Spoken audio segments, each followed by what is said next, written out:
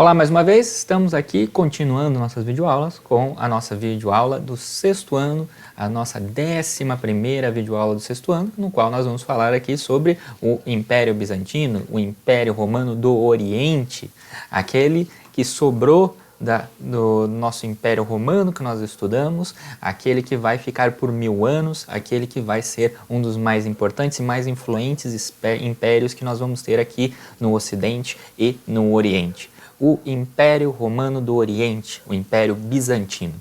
Esse Império Romano do Oriente, vamos lembrar, então nós temos aqui o Império Romano vai começar na região da Itália, e a partir da Itália ele vai se expandindo para todo o Mediterrâneo, ele vai pegar toda então essa área aqui em volta do Mediterrâneo, todo o norte da África, esta parte aqui do nosso Oriente Médio, da Ásia, nós vamos pegar aqui então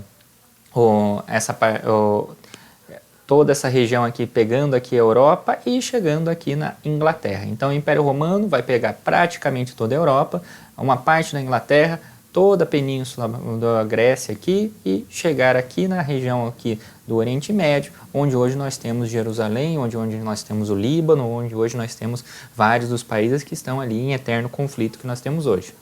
O Império Romano, a partir dessa expansão, ele dividiu o Império em diversas províncias. Essas províncias, elas eram subdivididas em munícipes, então nós tínhamos o município, nós tínhamos a província e nós tínhamos o Império Romano. Esse Império Romano, a partir do momento que ele atinge a sua expansão, ele vai passando por sucessivas crises, e a partir dessas sucessivas crises nós vamos ter aqui tentativas de reformas administrativas. Nós vamos primeiro ter uma tentativa de dividir o Império em 4, uma tetrarquia, no qual nós tínhamos um imperador principal e outros 3 imperadores que iam auxiliar ele. Depois, nós temos ali uma tentativa de divisões em outros formatos ali, mas nós temos ali diversas reformas que vão sendo feitas para tentar segurar aquela crise do Império, principalmente a partir do momento que nós vamos ter as invasões de povos aqui, chamados povos bárbaros, e esses povos bárbaros aqui vão fazendo pressão no Império Romano e vão ali retirando cada um pedacinho por pedacinho do Império Romano até o Império Romano ser destruído, até o Império Romano deixar de existir.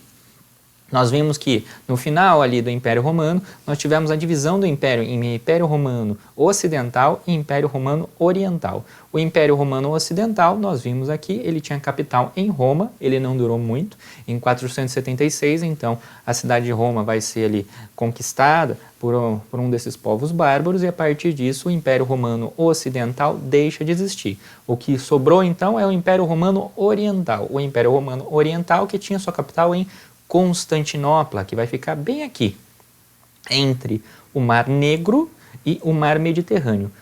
Constantino escolheu esse local justamente porque ele era um local muito importante para o trânsito comercial, para as rotas comerciais. Então, Constantinopla, a partir desta posição aqui, você poderia controlar toda a área do Oriente aqui, em parte por causa das rotas comerciais, em parte também porque essa daqui seria um ponto estratégico para você controlar a navegação que ia no Mar Negro aqui e no Mar Mediterrâneo. Você vai ter aqui um ponto estratégico que, para você sair do Mar Negro e ir para o Mediterrâneo, você precisaria passar pela cidade de Constantinopla. Essa cidade, então, ela controlava as rotas comerciais, ela controlava as rotas marítimas dessa região. O Mar Negro controla as rotas comerciais que vão vir aqui do Oriente e vão vir aqui da região da Rússia e a região onde hoje é a Alemanha, por exemplo. Então, o Mar Negro controlava toda essa região aqui, todos os rios que passavam por essa região aqui, todos eles vão desaguar no Mar Negro, e por isso, então, ele é uma importante rota comercial. A partir do momento que você controla a cidade de Constantinopla, que ela fica bem no estreito, na parte mais estreita entre o Mar Negro e o Mar Mediterrâneo, você está controlando também todo o comércio que é feito por essa região aqui.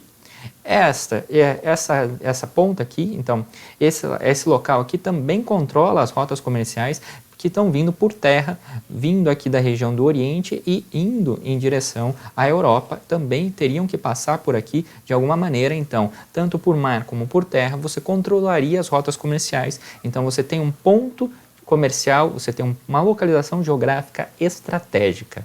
Essa localização geográfica estratégica faz com que o Império Bizantino, o Império Romano do Oriente também esteja numa localização no qual ele é um misto. Ele é um misto de uma cultura ocidental, uma cultura romana, uma cultura grega, que nós temos aqui do lado da Grécia, mas também é um misto de uma cultura oriental, que ele vai ter diversas influências justamente por essa posição geográfica privilegiada e por ele ser um ponto comercial tão importante para toda essa região aqui e para o contato do Oriente com a Europa e a África. Nós temos então o Império Romano do Oriente, o Império Grego, o Império Bizantino.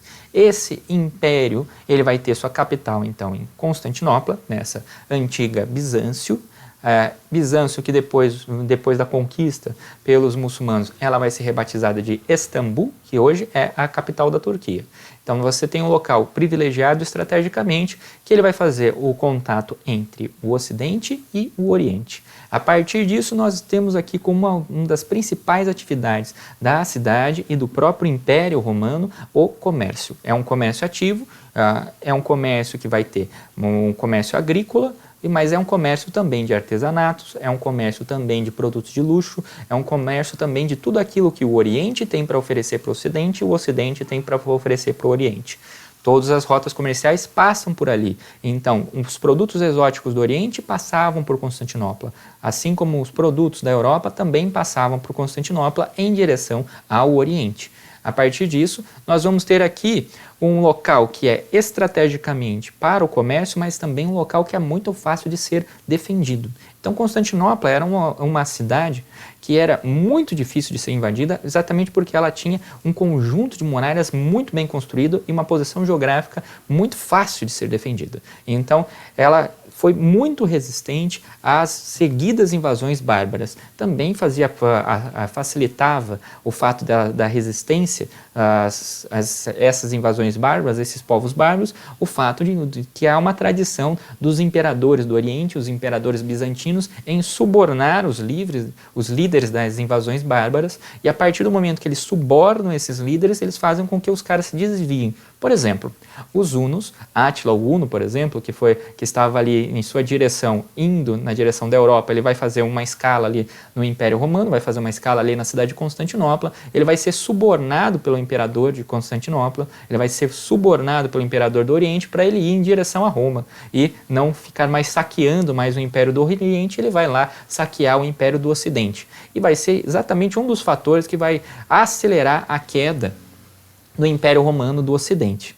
Então, nós temos aí uma cidade com uma posição estratégica para comércio, uma posição estratégica militar, uma posição estratégica que vai permitir que ela verifique, permitir que ela fiscalize, permitir que ela administre toda a área que está na região dela.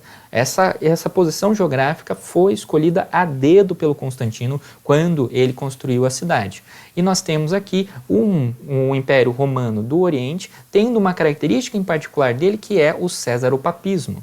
O césaropapismo significa que o César, que o líder da cidade, que o imperador, ele é a autoridade máxima, não só na política, não só na economia, mas na religião. Então significa aqui que nós temos um governo que é absolutista. Nós temos aqui um governo no qual o imperador, ele é o chefe militar, ele é o chefe político, mas ele também é o chefe da igreja. Ele tem autoridade sobre a igreja e a partir disso, as decisões da igreja, elas têm que passar pelo imperador. Isso daí foi uma das questões que fez com que o Império Romano Oriental e o Império Romano Ocidental acabassem se afastando, justamente porque no Ocidente não se aceitava a autoridade do imperador romano do Oriente acima da igreja. Isso foi um fator que foi fazendo com que eles se separassem pouco a pouco. Nós vamos ter aqui então o auge do Império Bizantino, que vai ser justamente no governo desse cara aqui, Justiniano. O auge do Império Bizantino também vai se marcar um momento no qual o bizantino vai entrar em decadência. Nós vamos ter um auge e uma decadência ao mesmo tempo. O governo Justiniano vai marcar os dois. Ele vai marcar o auge do Império, mas também vai marcar o início da decadência. Justamente porque Justiniano é uma figura bastante controversa. Para alguns, ele vai ser o maior dos imperadores do Império Bizantino, para outros, ele vai ser o pior dos imperadores do Império Bizantino. Justamente porque ele vai ter algumas dificuldadezinhas que nós vamos ver agora no governo dele. Então vejamos aqui. O Justiniano, então, ele governou de 527 a 565. Ele teve um grande e um longo reinado. A partir disso, nós temos aqui o auge do Império Bizantino, mas também uma série de complicações que nós vamos ter que estudar aqui, nós vamos ter que compreender para ver por que esse cara foi tão controverso, né? Nós vamos ter aqui, primeiro, o grande sonho do Justiniano era reunificar o Império Romano. Então ele queria ser a pessoa, ele queria ser o imperador que ia reconquistar todas as terras que foram perdidas pelo Império Romano, principalmente as terras do Ocidente. O sonho dele era reunificar, ter o Império Romano, resgatar o Império Romano no seu auge. O problema é, tudo bem, a parte da Europa ali nós tínhamos uma desorganização ali, nós estávamos a Europa sendo em pequenos reinos, ela sendo dividida em pequenos reinos ali, cada reino ali também estava instável, então nós temos uma área um tanto quanto estável. O norte da África ali, ele tinha sido invadido pelos vândalos, então nós temos ali populações que eram bárbaras, populações que eram germanas ali, invadindo e dominando o norte da África. Esses territórios, então, eles estavam ali sendo estabelecidos por populações de origem geralmente germana, e essas populações ali, elas estavam estabelecendo novos territórios, elas estavam estabelecendo novos reinos. Então, o que ele vai ter que fazer, então, é invadir. Ele quer invadir, ao mesmo tempo, a península da Itália, ele quer conquistar a região de Roma, ele quer conquistar a Península Ibérica, então ele quer conquistar a região da Espanha, a região de Portugal, e ele quer conquistar o norte da África. Mas ele quer conquistar essas coisas ao mesmo tempo. Então, o general do Constantino se chamava Belisário, ele é considerado um ótimo general, mas ele não vai entrar para a história como um dos maiores generais de todos os tempos. Ele é um ótimo general, o problema dele é o chefe. O Justiniano, então, é aquele chefe um tanto quanto megalomaníaco, aquele chefe que quer abraçar o mundo com as pernas, e ele manda o nosso Belisário, então, conquistar os 3 territórios, as 3 regiões ao mesmo tempo. O que acontece é, você não tem exército, você não tem pessoas, você não tem capacidade, você não tem administração suficiente para você conseguir conquistar esses territórios ao mesmo tempo.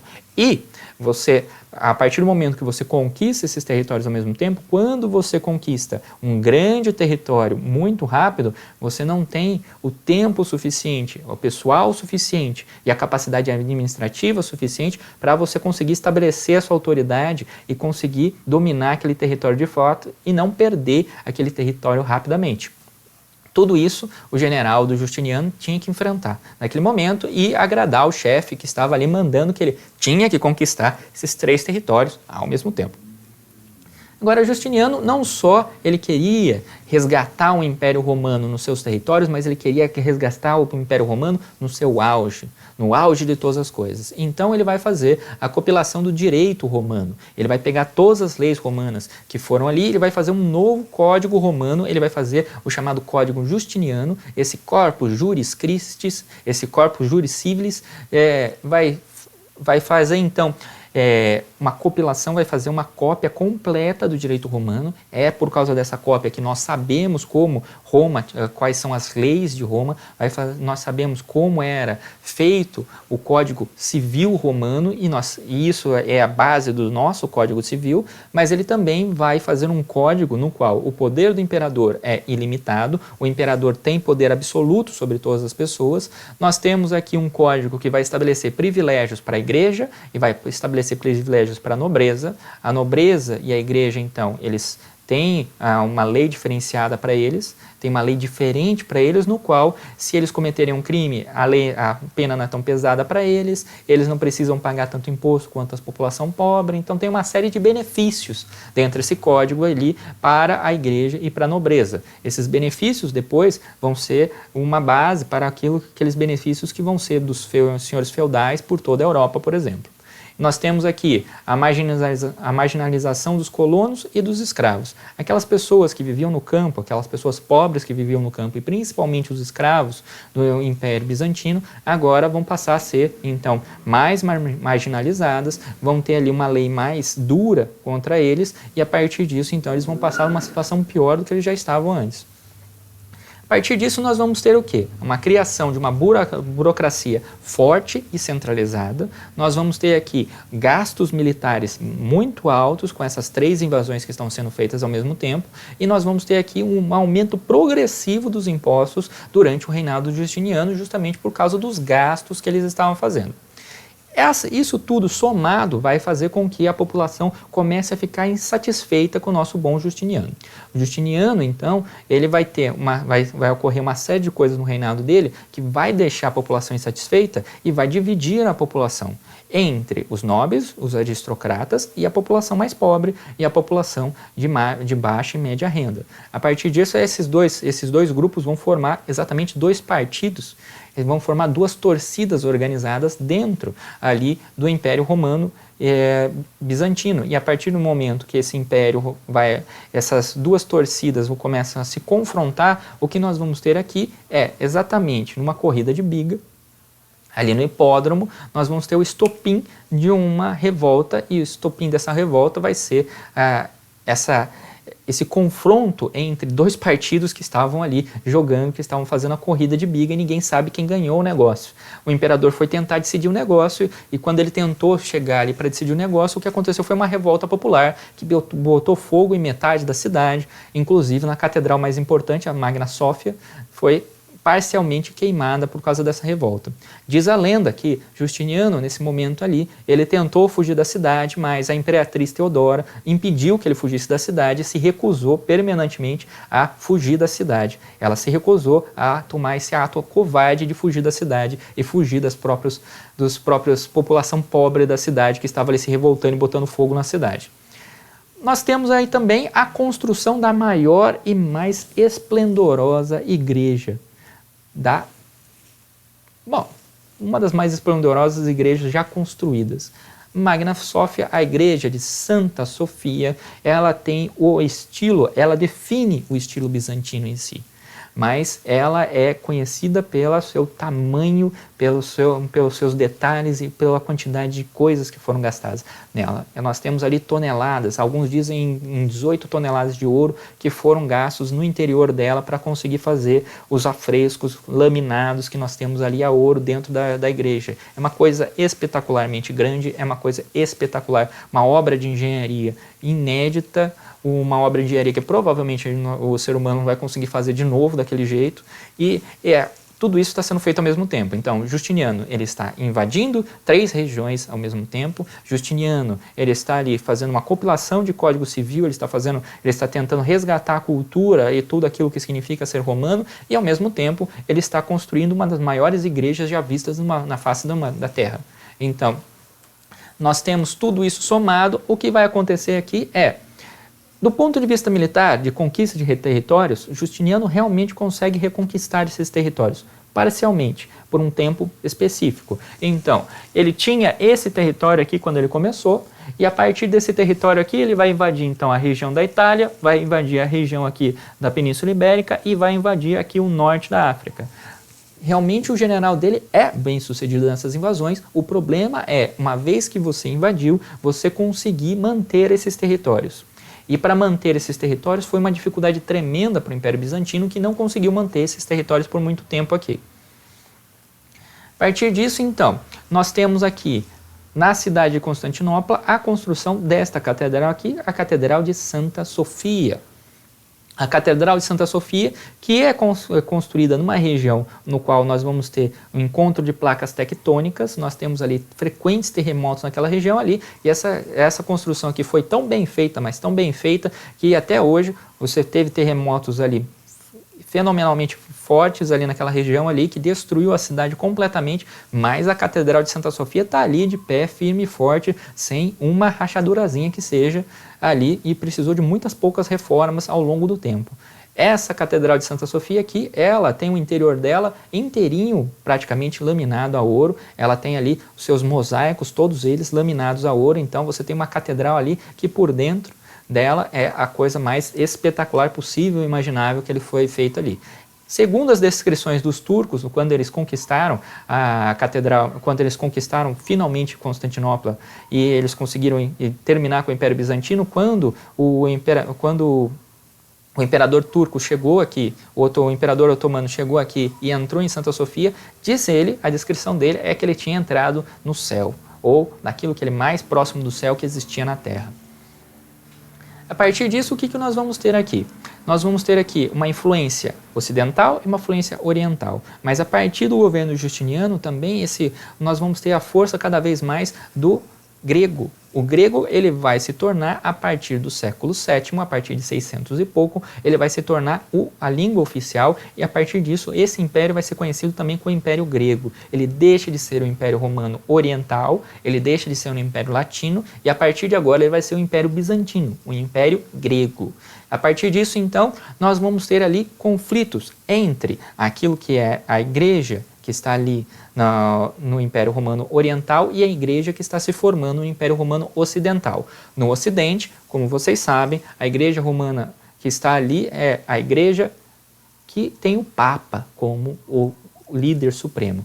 Mas o Papa, no Ocidente, ele não é reconhecido como autoridade no Oriente e o imperador bizantino, que é, pelo Césaropapismo, o líder máximo da igreja no Oriente, não é reconhecido como autoridade no Ocidente. Então nós temos uma série de conflitos entre esses dois. Esses conflitos também vão acontecer por causa de algumas coisas que eles vão tentar interpretar em relação à Bíblia.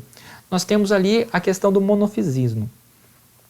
Os monofisistas, eles negavam a Santíssima Trindade. Então, nós temos aqui Pai, Filho e Espírito Santo, Santíssima Trindade, né? Que dentro da crença católica se diz que Pai, Filho e Espírito Santo, na realidade, são uma e uma mesma pessoa. Eles só são três diferentes personalidades de uma mesma pessoa, vamos dizer assim. Então, como diria um monge medieval, então o que você tem é o ovo. Você tem um ovo, mas o ovo ele é composto pela casca, pela clara e pela gema. Então você tem Pai, Filho e Espírito Santo. Isso era o que os católicos acreditavam. E a partir do momento que os católicos acreditavam nisso, essas pessoas aqui, os monofisistas, eles vão acreditar então que Cristo tem uma única natureza. Cristo tem uma única natureza que é divina. Então, se Cristo tem uma única natureza que é divina, se Cristo faz parte da Trindade, mas ele é só Deus, isso significa que ou a Trindade você está acreditando em dois deuses, um Pai e um Filho, ou você está negando o fato de que Cristo veio na Terra e ele se fez carne. Então, Cristo é um ser humano como nós. Na Bíblia está dizendo então que que Cristo nasceu, que Cristo cresceu, que Cristo foi crucificado e depois Cristo foi para o céu. Então, há uma natureza humana de Cristo, mas há também uma natureza divina de Cristo, porque Cristo é o Filho escolhido de Deus. É essa a crença que nós temos dos católicos. Porém, aqui os monofisistas acreditam que Cristo é somente Deus. Então, se Cristo é somente Deus, essa parte no qual Cristo veio à Terra, no qual Cristo foi crucificado e tudo mais, ela fica então em questão. Ela aconteceu ou não aconteceu? A partir disso, então, nós temos o conflito entre essa interpretação que existe no Ocidente e essa interpretação que existe no Oriente. Nós temos também os iconoclastas. E os iconoclastas, a questão deles é a questão das imagens. Eles acreditavam que a Bíblia a Bíblia estava determinando que Deus não tem uma face, não tem um rosto, não tem uma representação. Da mesma maneira, Cristo não tem uma descrição dele na Bíblia, não tem uma face, não tem um rosto de Cristo na Bíblia. Então, quando você faz uma imagem de Deus, quando você faz uma imagem de Cristo, quando você faz uma imagem de um santo, você está fazendo algo errado do ponto de vista da interpretação que esses caras fazem da Bíblia. Então, o que eles propõem? Vamos destruir as imagens. O que eles vão fazer, então, é destruir os ícones, destruir as imagens. Então, da mesma forma que alguns evangélicos mais radicais hoje entram nas igrejas e destroem as imagens dos católicos, aconteceu nesse momento aqui também. Esses iconoclastas entravam nas igrejas, entravam nos monastérios e destruíam os mosaicos, destruíam os vitrais, destruíam as estátuas, destruíam as imagens que você tinha de Cristo, de santos e tudo que pode acontecer. Muitas das imagens, então, dessa época foram perdidas pelos movimentos iconoclastas. Agora, dentro do Ocidente, a Igreja Católica acreditava nas imagens e defendia o uso de imagens, principalmente para educar uma população que era analfabeta.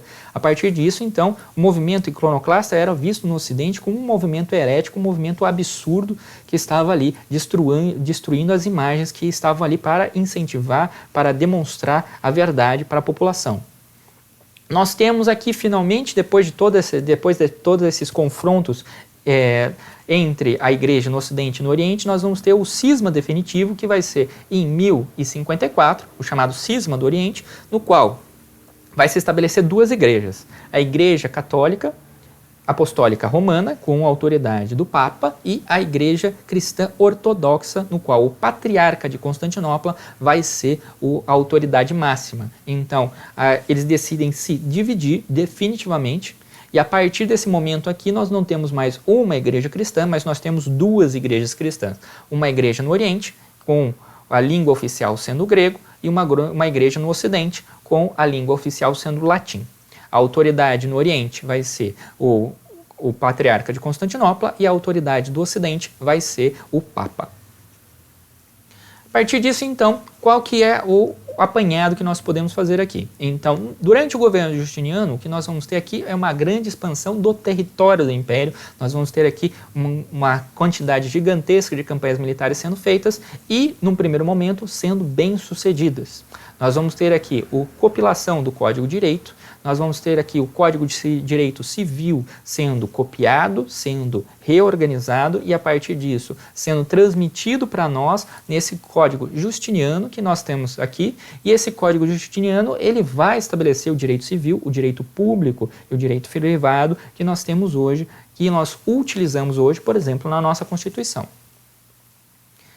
Nós vamos ter aqui a Revolta de Nica, a revolta que vai acontecer justamente pelo confronto entre os dois partidos que existiam na cidade de Constantinopla. Essa revolta de Nica, então, vai ser uma revolta no qual nós vamos ter aqui um descontentamento, a população ela estava descontente e de forma geral com Justiniano, e a partir do momento que o Justiniano tem esse descontentamento todo junto com ele, o que vai acontecer é essa revolta que vai queimar parte da cidade e parte da catedral que estava sendo construída.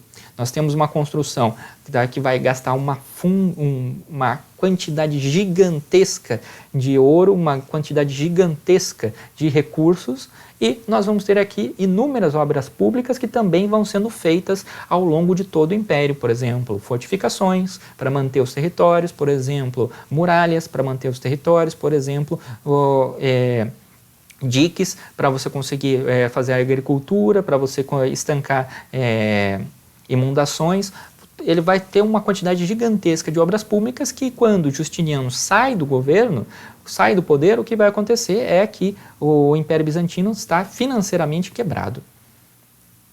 A partir disso, então, o Justiniano ele vai ficar famoso também pela essa compilação de obras. Não vai ser somente no direito, mas obras de história que vão chegar até nós, de Tito Livio, por exemplo, vão ser feitas a partir das cópias que nós temos aqui de Justiniano. Obras de filosofia, obras de literatura, tanto de gregos como de romanos, todas elas vão ser preservadas pelo Justiniano. Ele vai começar, então, a escrever o que nós podemos chamar de umas enciclopédias. Ele vai escrever, então, todo o conhecimento, ele vai tentar catalogar e ele vai tentar concentrar todo o conhecimento que nós tínhamos nesse momento aqui na humanidade.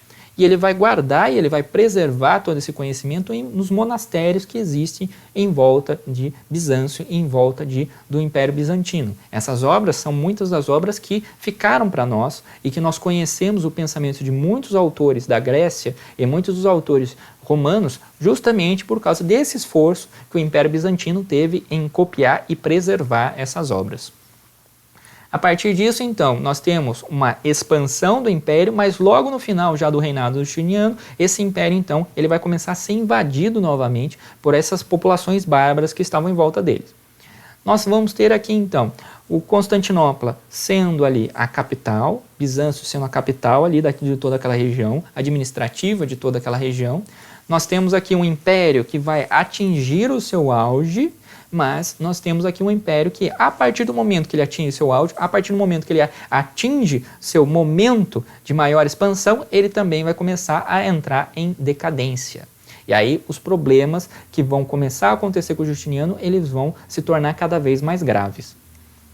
Nós temos aqui as famosas muralhas de Constantinopla, são algumas das muralhas mais bem construídas, e para aqueles que leram O Senhor dos Anéis, nós temos a cidade de Gondor aqui, parcialmente sendo baseada aqui no círculo de muralhas que nós temos aqui na cidade de Constantinopla.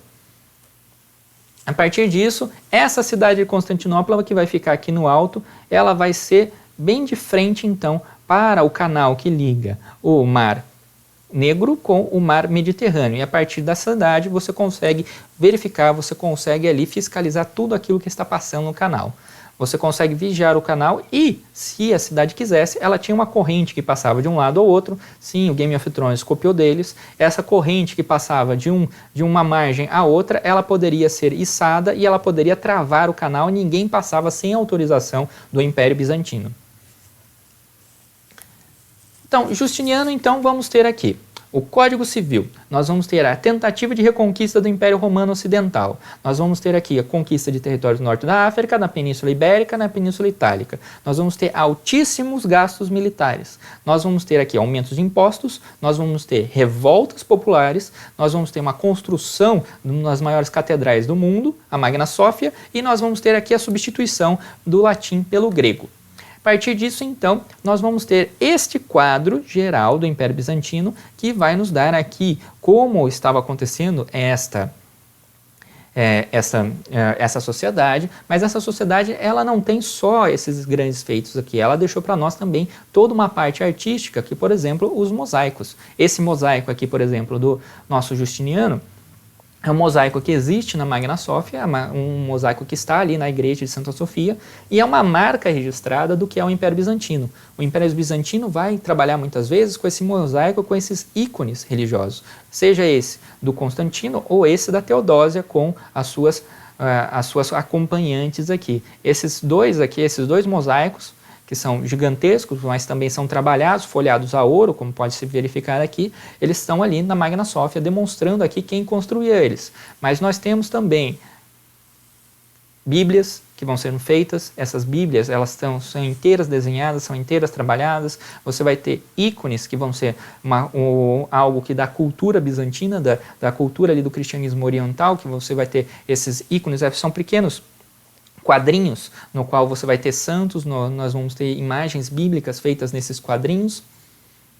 Nós vamos ter aqui o próprio teto da Magna Sófia aqui, inteirinho trabalhado, com o centro aqui, a figura de Cristo, que fica bem nesse círculo central aqui, mostrando aqui um vitral, o uso de vidro e o uso de vidro para colorir e para direcionar a luz, por exemplo, para o altar. Então, quando você tem aqui o sol do meio-dia, você tem a projeção da imagem de Cristo no altar da Magna Sófia. A partir disso, você vai ter os ícones bizantinos. Esse ícone aqui, por exemplo, que é um quadrinho pequenininho que a pessoa leva com ela para fazer as rezas dela, ou então um mosaico, mas vai estabelecer a figura de Cristo que nós temos hoje como famosa. Por exemplo, esse Cristo barbudo, esse Cristo com cabelo comprido, ele vai vir aqui dessa ideia do Império Bizantino de representar a figura de Cristo. Pois o Renascimento vai transformar o Cristo em um loirinho de olhos azuis, mas por muito tempo esta aqui foi a figura que era mais aceita como sendo a figura de Cristo. Nós temos aqui outros quadrinhos com imagens religiosas, seja Cristo curando os cegos ou Maria carregando Cristo. São todos quadrinhos pequenos que a pessoa leva com ela para fazer a reza dela. E nós temos aqui a decadência. A decadência do Império tem várias explicações, várias teorias sobre ela. Mas a decadência do Império, ela vai ter ali uma máquina pública, uma máquina administrativa que vai se tornando cada vez mais pesada. Nós temos ali uma aristocracia e uma nobreza que vão utilizar aquela máquina pública para se enriquecer e para colocar aquele filho que não fazia nada. Então você joga ali no cargo público para o cara ficar encostado ali fazendo nada em outro lugar. É a máquina pública que vai absorvendo essa população e ela vai se tornando cada vez mais pesada e cada vez mais ineficiente. Então, ela é apontada como uma das causas disso. Nós temos ali o excesso de controle da economia por parte dos imperadores bizantinos, mas esse excesso do controle também ele vai levar a certos erros. Por exemplo, nós temos a Quarta Cruzada, que o imperador bizantino ali estava incentivando as cruzadas para ir atacando os muçulmanos que estavam ali conquistando a região de Jerusalém e as regiões próximas do Império Bizantino. Ele vai ali incentivar. Quando a Quarta Cruzada chega em Constantinopla, eles acabam ali saqueando e conquistando a cidade de Constantinopla e isso vai acelerar a queda do Império Bizantino, justamente porque a cidade foi saqueada e ela foi saqueada de fato. Então, boa parte das estátuas que nós temos em Veneza, boa parte das estátuas que nós temos em Florença, boa parte das estátuas que nós temos na cidade de Roma vieram originalmente da cidade de Constantinopla, vieram originalmente no Império Bizantino e foram saqueadas na Quarta Cruzada. Depois que o Império se recupera da Quarta Cruzada, o que nós vamos ter aqui é o cisma do Oriente, de um lado, e de outro nós vamos ter aqui a expansão dos árabes. Então, o Império Otomano ele vai fazer seguidas tentativas de conquistar o Império Bizantino, vai fazer seguidas tentativas de conquistar a cidade de Constantinopla, até que, finalmente, no Império Bizantino só sobra a própria cidade. Ela é cercada pelo Império Bizantino, ela vai ser cercada pelo Império Otomano, que vai utilizar uma nova tecnologia, a tecnologia de canhões, e vai construir os maiores canhões já vistos, atirando literalmente pedras de mármore pesado, 1-2 toneladas de mármore nas muralhas de Constantinopla, tentando ali conquistar a cidade. Após esse cerco, então, finalmente, depois de inúmeras tentativas, o Império Otomano conquista a cidade de Constantinopla. A partir da conquista da cidade de Constantinopla, nós temos o fim da Idade Média, o início da Idade Moderna. Nós temos ali o Império Otomano controlando as rotas comerciais que estavam vindo da Ásia para o Ocidente. Nós temos ali o Império Otomano, a partir disso, aumentando os impostos e aumentando o custo do comércio da Ásia para o Ocidente. E a partir disso, nós temos ali os povos da Europa, principalmente Portugal, Espanha, Inglaterra e França, tentando novas rotas comerciais, tentando achar novas rotas comerciais, justamente porque esta rota comercial agora não estava mais disponível para eles. Essa necessidade de novas rotas comerciais vai dar origem às grandes navegações e vai dar um impulso para a Idade Moderna, que nós vamos estudar depois. Desse capítulo, então, nós terminamos aqui com a chegada dos árabes e com a conquista de Constantinopla. A partir da conquista de Constantinopla, então, nós temos ali em 1453 o fim da Idade Média e o início da Idade Moderna. O fim do Império Bizantino também marcou, então, o fim de uma era, o fim de uma série de tradições, e a partir disso nós temos aqui também o final do nosso capítulo aqui. Se ficou alguma dúvida, se eu ainda não expliquei alguma coisa direito, ficou alguma coisa confusa aí para vocês, por favor, manda um comentário, por favor, manda um e-mail para vocês que eu respondo o mais rápido possível. Até o nosso próximo vídeo, até a nossa próxima videoaula. Tchau, tchau!